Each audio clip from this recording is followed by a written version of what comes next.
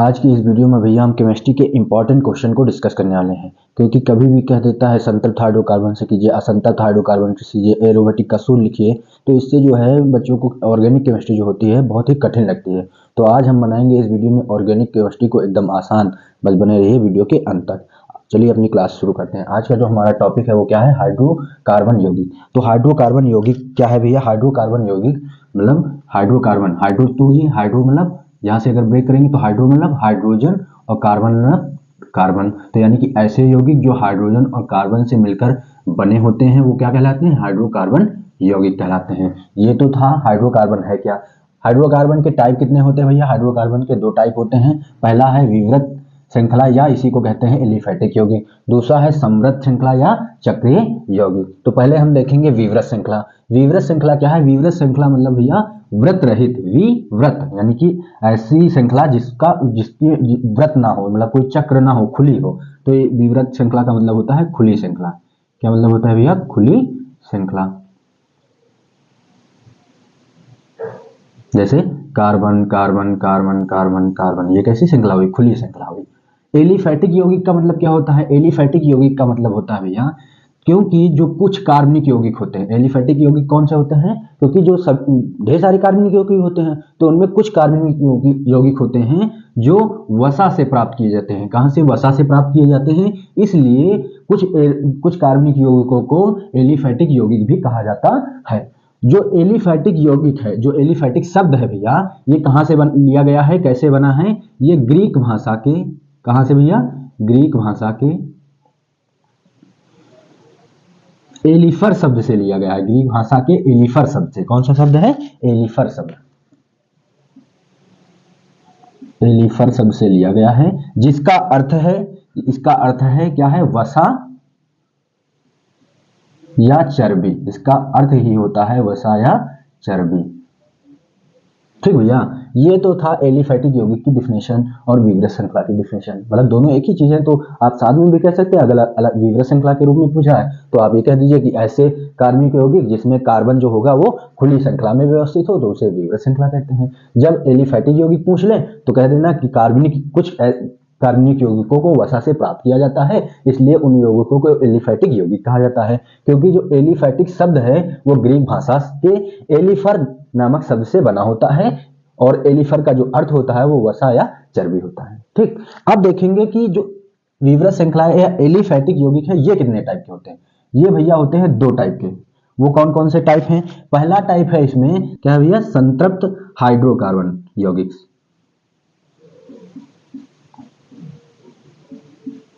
संतृप्त हाइड्रोकार्बन यौगिक पहला टाइप है। दूसरा टाइप क्या है? दूसरा टाइप इसी में है असंतृप्त। दूसरा टाइप कौन सा भैया? असंतृप्त हाइड्रोकार्बन।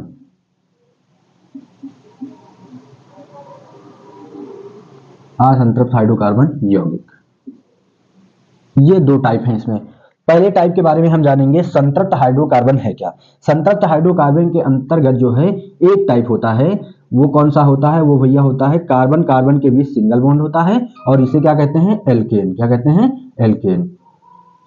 जो पहला टाइप है हमारा संतृप्त हाइड्रोकार्बन यौगिक, इसमें क्या होता है? कार्बन कार्बन के बीच सिंगल बॉन्ड होता है, और इसको क्या कहते हैं? एल्केन कहते हैं। यानी कि ऐसा हाइड्रोकार्बन जिनके कार्बन कार्बन के बीच में एकल बंध होता है उन्हें संतृप्त हाइड्रोकार्बन यौगिक कहते हैं।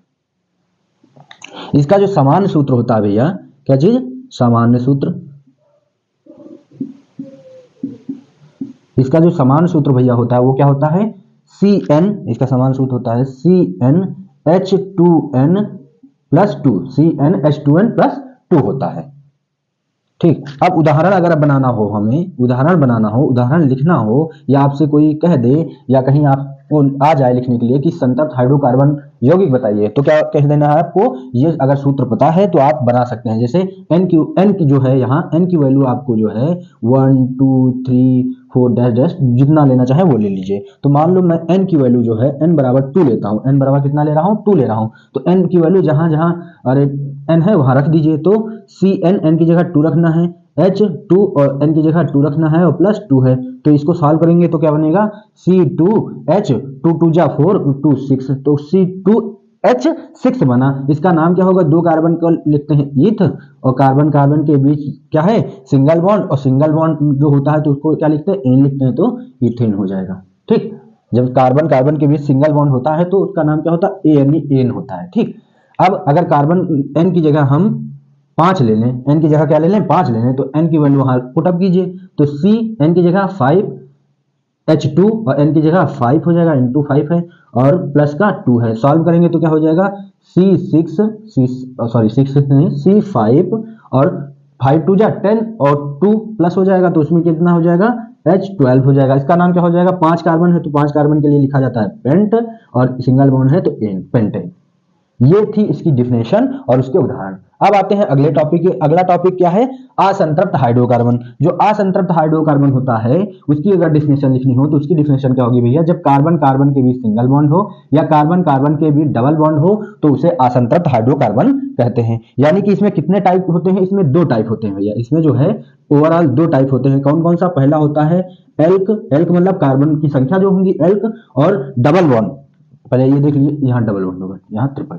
डबल बॉन्ड जब होता है तो उसका नाम लिखते हैं ENE, और ट्रिपल बॉन्ड होता है तो उसका नाम लिखते हैं YNE।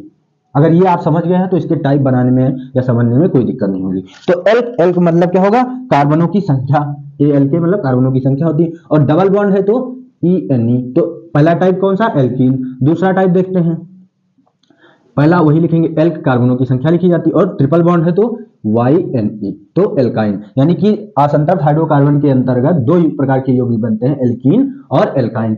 अब एल्कीन की डिफिनेशन क्या है? वही होगा कार्बन कार्बन के बीच जब क्या हो? कार्बन कार्बन के बीच क्या हो? डबल बॉन्ड हो, तो उसे कौन सा यौगिक कहेंगे? एल्कीन यौगिक कहेंगे। ठीक, अगर इसका सामान्य सूत्र देखें भैया, क्या देखें? सामान्य सूत्र देखें, सामान्य सूत्र देखें तो सामान्य सूत्र क्या होता है इसका? इसका सामान्य सूत्र होता है, जो इसमें क्या है? CnH2n+2 है, इतना तो होगा, वही होगा CnH2n। लेकिन 2 के बारे में सोचना है, यहां क्या होगा? 2 हट जाएगा, 2 नहीं जुड़ेगा। यहां 2 जुड़ा था, यहां 2 हट जाएगा, क्योंकि डबल बॉन्ड आ गया तो 2 हट जाएगा। ठीक, और वही और उतना सेम रहेगा CnH2n। तो इसका समान सूत्र ये हुआ। डिफिनेशन ये है कि कार्बन कार्बन की भी डबल बॉन्ड होता है तो उन्हें एल्कीन यौगिक कहते हैं। ठीक, उदाहरण अगर बनाना है तो आप इसी सूत्र से बना लीजिए। और एक बात याद रखिएगा भैया, जो यहाँ n की वैल्यू है, n की वैल्यू यहाँ पर 1 से ना स्टार्ट करके 2 से स्टार्ट कीजिए। 2 के बाद आप चाहे जो संख्या ले लीजिए। ठीक, तो मान लीजिए मैं यहाँ पे n की वैल्यू 2 लेता हूँ, n बराबर कितना ले लूँ? 2 ले लूँ, और नाम बनाऊं इसका, तो n की जगह 2 रख देना है, तो C2H2 इंटू n की जगह 2। सॉल्व करेंगे तो क्या हो जाएगा? C2 और 2 2 जा 4, तो H कितना हो जाएगा? 4 हो जाएगा। ठीक, अब इसका नाम लिखेंगे तो 2 कार्बन कितना है? 2 है, तो लिखेंगे ईथ, 2 कार्बन का ईथ, और कार्बन कार्बन के बीच कौन सा बॉन्ड होगा? डबल बॉन्ड होगा, तो क्या लिखेंगे?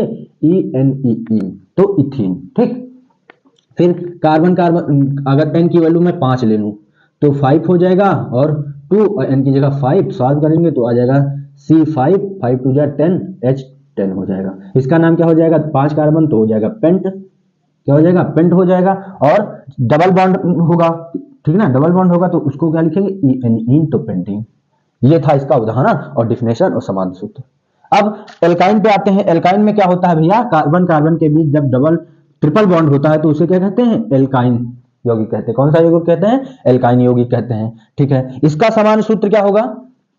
इसका अगर हम सामान्य सूत्र देखें, सामान्य सूत्र देखें, इसका सामान्य सूत्र होता है भैया, जो है देखिए, यहाँ CnH2n+2 था, यहाँ CnH2n ही था, यहाँ क्या होगा? यहाँ भैया CnH2n ही होगा, लेकिन इसमें जो 2 का कॉन्सेप्ट है यहाँ हट गया था, यहाँ घट जाएगा। यहाँ क्या हो जाएगा? घट जाएगा। ये इसका समान सूत्र हो जाएगा। अगर उदाहरण में है तो वही n की वैल्यू यहाँ भी भैया 2 से ही स्टार्ट करनी है। n की वैल्यू कहाँ से स्टार्ट करनी है? 2 से ही स्टार्ट करनी है। 2 से क्यों स्टार्ट करनी है? क्योंकि कार्बन कार्बन की बॉन्ड देखना है, और एक ही कार्बन अगर n की वैल्यू लोगे तो कहाँ बॉन्ड देख पाओगे, इसलिए 2 से स्टार्ट करना है।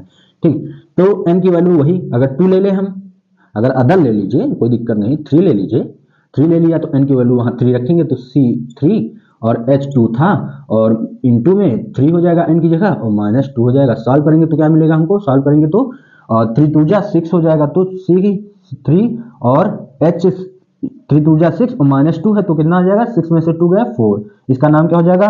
3 कार्बन का होता है भैया ब्यूट होता है, 3 कार्बन का ब्यूट होता है। और कौन सा बॉन्ड है? ट्रिपल बॉन्ड है। ट्रिपल बॉन्ड के लिए आइन लिखते हैं, यानी YNE, आइन, ब्यूटाइन। ये हो गया। ऐसे ही आप ढेर सारे उदाहरणों को बना सकते हैं और कहीं रिएक्शन करने की आ गया कि संतृप्त हाइड्रोकार्बन से क्रिया कीजिए, असंतृप्त हाइड्रोकार्बन से क्रिया कीजिए, या एल्काइन यौगिक बताइए या एल्केन यौगिक बताइए, तो उन सारी चीजों को आप बना सकते हैं। सिर्फ आप क्या याद रखिए, आप जो है इतना पता हो कि वो होता क्या है और इसका समान सूत्र आपको पता हो। जैसे संतृप्त हाइड्रोकार्बन का समान सूत्र होता है CnH2n+2, और असंतृप्त में दो टाइप होते हैं। तो पहले टाइप का क्या होता है, एल्कीन का क्या होता है CnH2n, और तीसरे टाइप यानी जब कार्बन कार्बन के ट्रिपल बॉन्ड होता है या एल्काइन यौगिक होता है तो CnH2n-2। ठीक, और इसको कैसे लंबे समय तक याद कर सकते हैं हम, इसको जो भैया हम कैसे लंबे समय तक याद कर सकते हैं,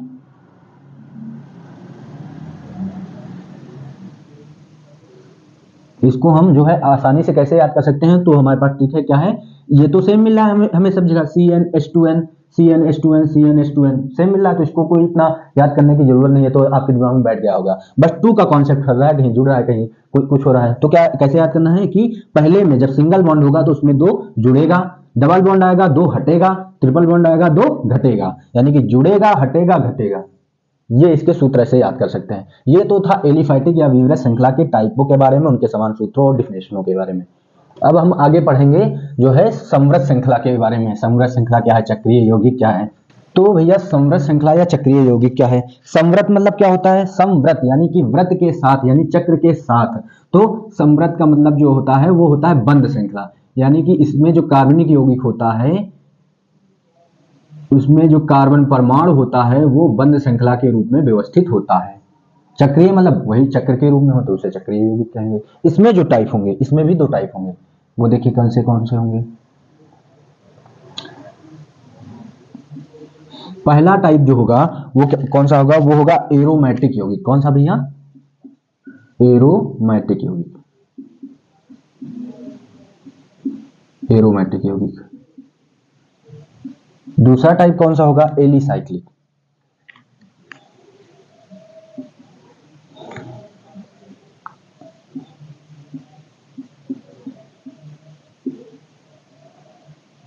दूसरा टाइप कौन सा है, एलिसाइक्लिक यौगिक,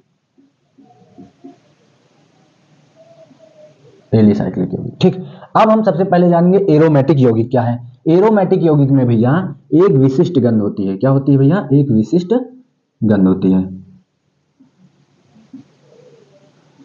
और जो एरोमेटिक शब्द है भैया, कौन सा एरोमेटिक शब्द है, एरोमेटिक शब्द है, ये कैसे बना, ये जो है अंग्रेजी भाषा के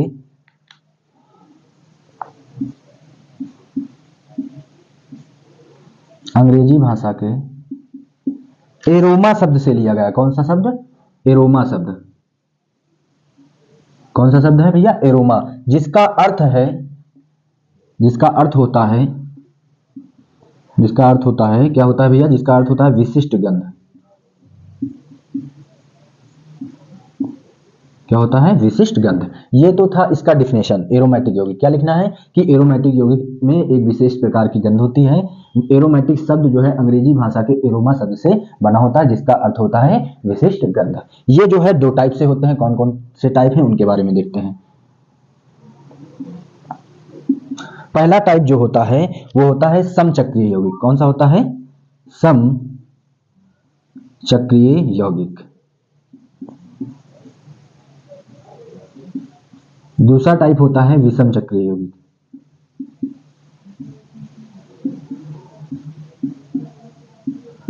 विषम चक्रीय यौगिक। ठीक भैया, पहले देखेंगे हम समचक्रीय यौगिक क्या होता है। इसकी डिफिनेशन अगर लिखना चाहें तो ऐसे लिख सकते हैं कि ऐसे चक्रीय यौगिक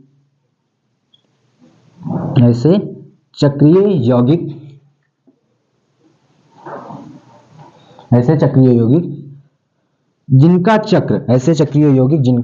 चक्र, क्योंकि चक्रीय यौगिक है तो चक्र होगा, जिनका चक्र जो है केवल कार्बन परमाणु से पूरा हो। केवल किससे पूरा हो, कार्बन परमाणु से पूरा हो, चक्रीय या समचक्रीय यौगिक कहलाते हैं।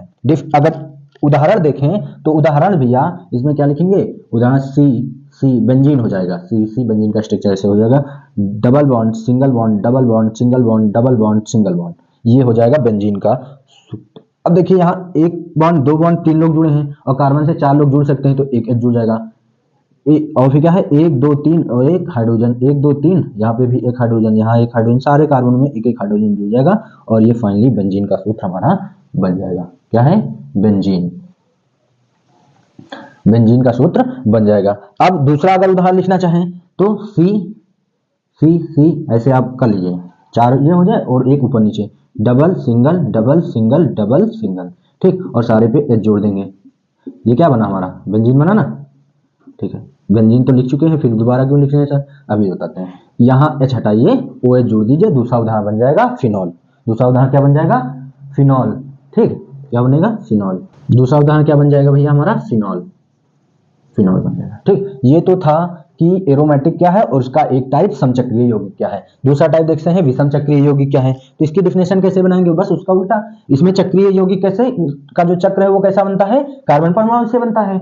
इसमें जो चक्रीय यौगिक का चक्र बनेगा, किसका भैया, चक्रीय यौगिकों का जो चक्र बनेगा वो किससे पूरा होगा, इनका चक्र, उसमें क्या, सब में किससे पूरा होता है चक्र, कार्बन से। इसमें कार्बन से तो पूरा होगा, इसके अतिरिक्त अन्य परमाणु से भी पूरा होगा, अन्य परमाणुओं से भी पूरा होगा, ठीक भैया, अन्य परमाणु से भी पूरा होगा। ये तो था विषम चक्रीय यौगिक क्या है उसकी डिफिनेशन।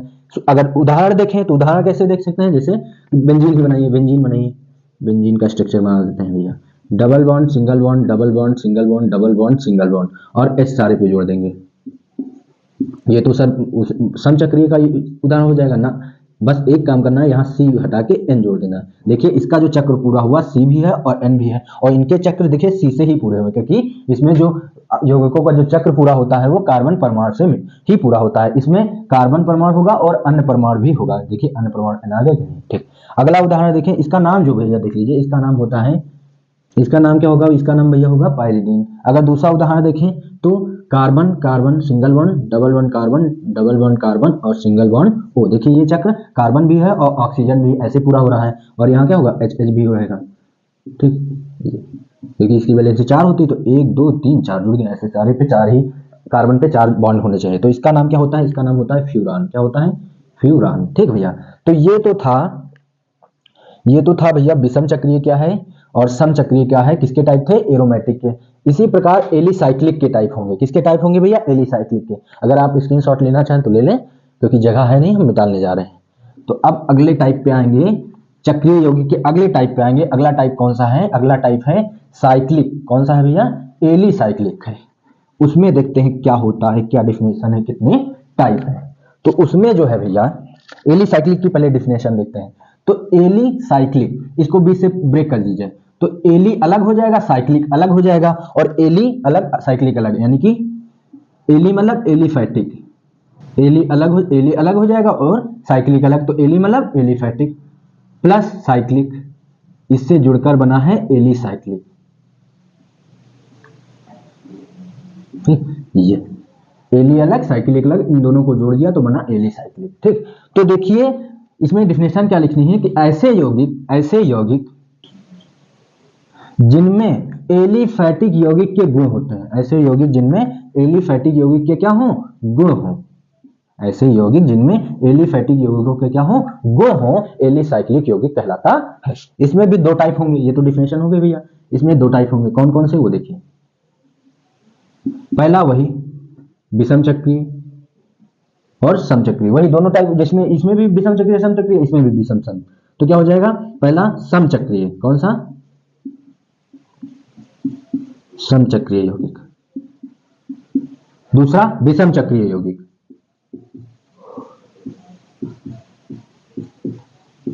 विषम चक्रीय यौगिक। सबसे पहले हम देखेंगे समचक्रीय यौगिक क्या है। उसमें डिफिनेशन क्या था, समचक्रीय यानी कि ऐसे चक्रीय यौगिक जिनका जो चक्र है केवल कार्बन परमाणु से ही पूरा हो। किससे पूरा हो, वही डिफिनेशन एरोमेटिक में जो पढ़े थे।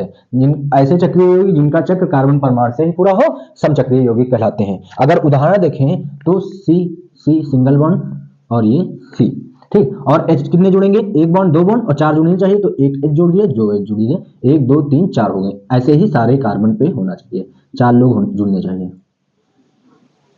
इसमें भी है, इसमें भी है। ये उदाहरण, इसका नाम कैसे होगा, देखिए साइक्लिक पढ़ रहे हैं तो इसका नाम बनाने से समय उसके आगे साइक्लो लगा दीजिए। क्या लगा देंगे?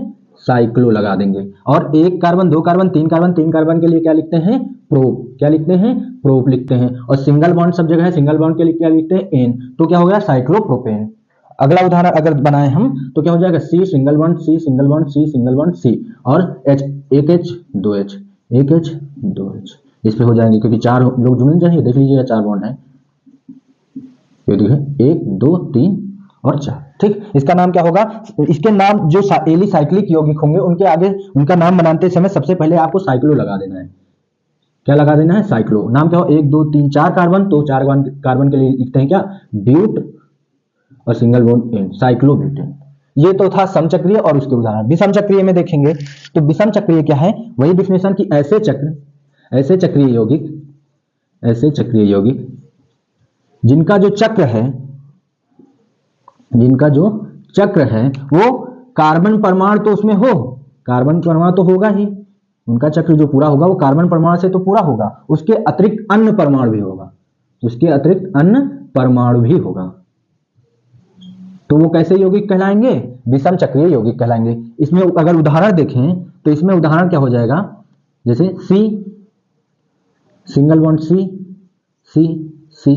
और ये हो जाएगा O, तो इसका नाम क्या हो जाएगा? और अगर हाइड्रोजन जोड़ें तो 1 हाइड्रोजन 2 हाइड्रोजन 1 हाइड्रोजन और 2 हाइड्रोजन, 1 2 3 4। ठीक है, यहाँ भी 2 हाइड्रोजन जुड़ जाएंगे। 1 2 3 4, 4 लोग होने चाहिए, 2 लोग हैं, 2 हाइड्रोजन अपनी तरफ से जोड़ दिए, बस बन गया स्ट्रक्चर। इसका नाम क्या होगा? इसका नाम होगा टेट्राहाइड्रोफ्यूरान होगा। दूसरा अगर उदाहरण देखें तो दूसरा उदाहरण क्या हो जाएगा? यही स्ट्रक्चर बनाएंगे, बस यहाँ S जोड़ देंगे। देखिए ये चक्र कैसे? कार्बन तो है ही है और ये चक्र तभी पूरा हुआ जो ऑक्सीजन जुड़ा, यानी कार्बन के अतिरिक्त अन्य परमाणु भी आ गया। दूसरा देखें तो सी यहाँ पे सी और ये हो जाएगा, यहाँ पे S जुड़ जाएगा, O की जगह S जुड़ जाएगा। और वही हाइड्रोजन जो खाली है, अगर 4 नहीं है तो 4 पूरा करने के लिए हाइड्रोजन उतने हम जोड़ देंगे जी।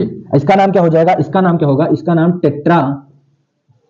टेट्राहाइड्रोथायोपिन होगा।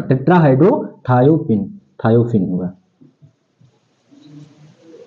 क्या होगा? टेट्राहाइड्रोथायोपिन। इस प्रकार से जो आप जो है एली साइक्लिक यौगिक क्या है, उनके टाइप कितने हैं, उनके उदाहरण कैसे लिखेंगे, उनकी डिफिनेशन कैसे है, सब कुछ एकदम आसानी से सीख सकते हैं और अपने ऑर्गेनिक केमिस्ट्री को एकदम आसान बना सकते हैं। यहाँ थोड़ी सी प्रॉब्लम आपको हुई होगी IUPAC नाम बनाते समय, तो अगर IUPAC नाम आप सीखना चाहते हैं तो कमेंट बॉक्स में कमेंट कीजिए, मैं IUPAC में एकदम धमाकेदार क्लास बना के दूंगा आपको। ठीक है ना भैया? फिर मिलते हैं एक नई क्लास के साथ। अगर ऐसी ही इंटरेस्टिंग और धमाकेदार वीडियो पाना चाहते हैं तो चैनल को सब्सक्राइब करें, यदि अपने दोस्तों की हेल्प करना चाहते हैं तो वीडियो को शेयर करें। फिर मिलते हैं भैया।